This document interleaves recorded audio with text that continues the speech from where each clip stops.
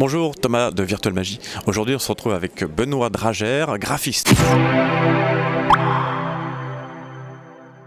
Et bonjour. Ça va? Bah écoute, ouais. Alors tu nous viens de Belgique, c'est ça? Voilà. Belgique, de quel coin de la Belgique hein? Alors dans le bas, tout près de la France, donc le pays des sorcières on appelle ça. Ton métier c'est graphiste, mais graphiste un particulier puisque tu te spécialises, en tout cas nous on te connaît magicien pour les œuvres que tu peux faire, notamment pour les bouquins. Wow. Ah ouais, faut dire, Merci. Pour tout ce qui est le travail sur les livres de Christian Schellmann, les tours de publier chez Ludo. Voilà, magique, magasin de trucs, Alors, marchand. Est-ce que tu es magicien?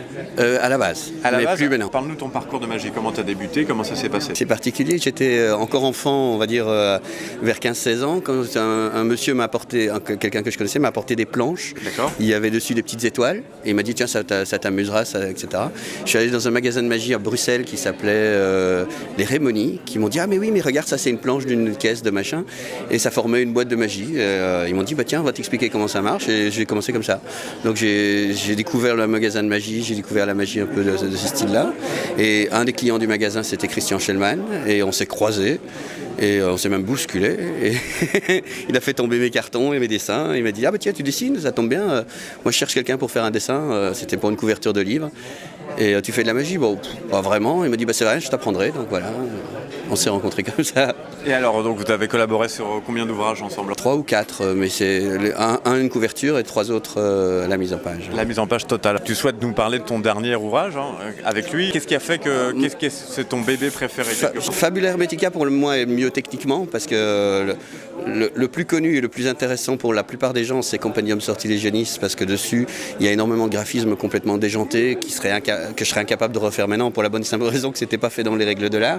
Tu étais sous drogue, c'est ça? Oui, mais presque. Tout a été fait sous Photoshop et pas du tout sous un programme de dessin, de mise en page, pardon. Donc chaque page était unique, les textes écrasés, et quand il y avait une correction à faire, c'était à la gomme et réécrire, voilà. Donc ça n'avait pas de sens. Et résultat, bon, bah, c'est un peu un imbroglio de tout. Et sur le nouveau, on va dire le dernier, Fabula Hermetica, c'était plutôt... J'avais décidé de prendre comme a priori que toutes les pages devaient être soit des photos, soit quelque chose de plat, mais pas des objets qui ne seraient pas à la taille réelle dedans. Donc personnellement, c'était un travail avec des contraintes qui m'intéressaient. Je trouve que l'ensemble est plus cohérent que le premier, mais d'un point de vue autre que moi, les gens préfèrent le contraire. Parle-nous de ton process de travail, comment ça se passe?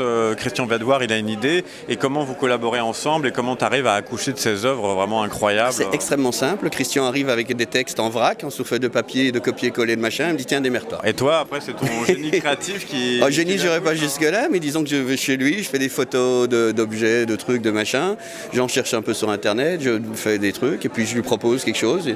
Jusqu'à là, il ne m'a jamais dit non. Il me fait une confiance plus ou moins aveugle en me disant bah, demeure-toi de toute façon. Donc c'est comme ça que dans Fabula Hermetica, à la fin, il y a un petit cahier parce qu'il me restait 16 pages blanches. Il m'a dit c'est rien, mettra des pages blanches. Je lui ai dit non, je vais mettre des trucs. Alors j'ai été fouiller dans les tiroirs chez lui, mais c'est véridique. J'ai vraiment fouillé, j'ai pris des photos de trucs de son enfance et autres. Et je me suis amusé à faire le cahier du graphiste à la fin avec plein de trucs. Et je lui ai montré, il a éclaté de rire jaune sur certains trucs. Il m'a dit c'est bon, t'avais le droit. Le dernier fait combien de pages par exemple? Je sais pas, ça doit faire 250 pages. 250 pages. Alors, combien de temps ça te prend à travailler? Parce que chaque page est pratiquement unique. Ouais, mais il n'y a pas de temps dans le sens où je mets pas à peu près 2 ans sur un bouquin comme ça. Mais c'est pas 2 ans tous les jours, 24 heures sur 24. C'est une fois de temps en temps. Puis je dois aller faire des photos, puis je dois corriger, puis on doit changer des trucs. Donc c'est vraiment au fur et à mesure du temps. C'est pas comme un travail chez Marchand de trucs où on a le délai, etc. Et on sait exactement ce qu'on fait. Là, chez Christian, c'est un accord qu'on a entre nous et c'est pas tiens on va sortir ça. La plupart du temps d'ailleurs on fait le bouquin sans savoir ou s'il y avait un éditeur, un truc après, etc. C'était plutôt on fait le bouquin, on verra après. Et les éditeurs en général sont assez contents parce qu'on apporte un travail fini et éditable, ce qui est le contraire de la plupart des magiciens. Des projets à venir? Des secrets, des choses sur lesquelles tu travaillerais soit avec Christian, soit avec Ludo, soit avec d'autres? Non, j'en ai pas parce que pour le moment j'ai effectivement pas mal de livres en attente, mais ils ont déjà été indiqués par Ludo dans sa future bibliologie, je sais pas comment on dit. Son plan de sortie. Voilà, exactement. Donc non, il y a les livres qui sortent ici à la FAP.